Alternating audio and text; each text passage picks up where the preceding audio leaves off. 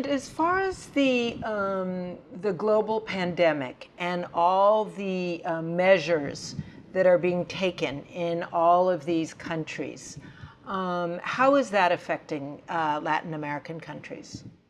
Oh, it's having a devastating effect. And interestingly, the countries that are sort of sometimes held up as the major success stories are the ones that are where people are suffering the most. And even the mainstream U.S. press is publicizing this.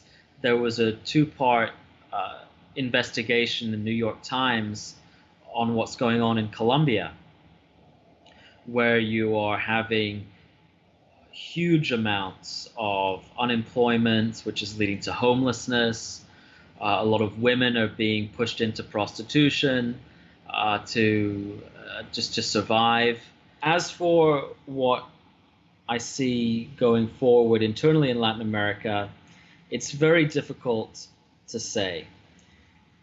On the one hand, there's this idea of the shock doctrine that I'm sure you've heard of, disaster capitalism, that very often capitalist interests use crises as a way to reestablish their power. On the other hand, one could argue that this crisis has made all people, wherever they live, realize how fragile human societies can be. I think that it's completely obliterated so many of the neoliberal and even social Darwinistic assumptions.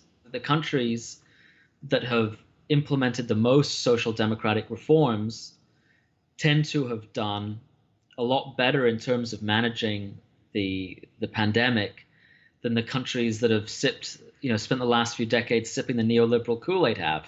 Right. Particularly the US, where both major parties, are completely enamored with this idea that the so-called free market is the solution to all of humanity's problems. I mean, that's now clearly not the case. Yeah. But on the other hand,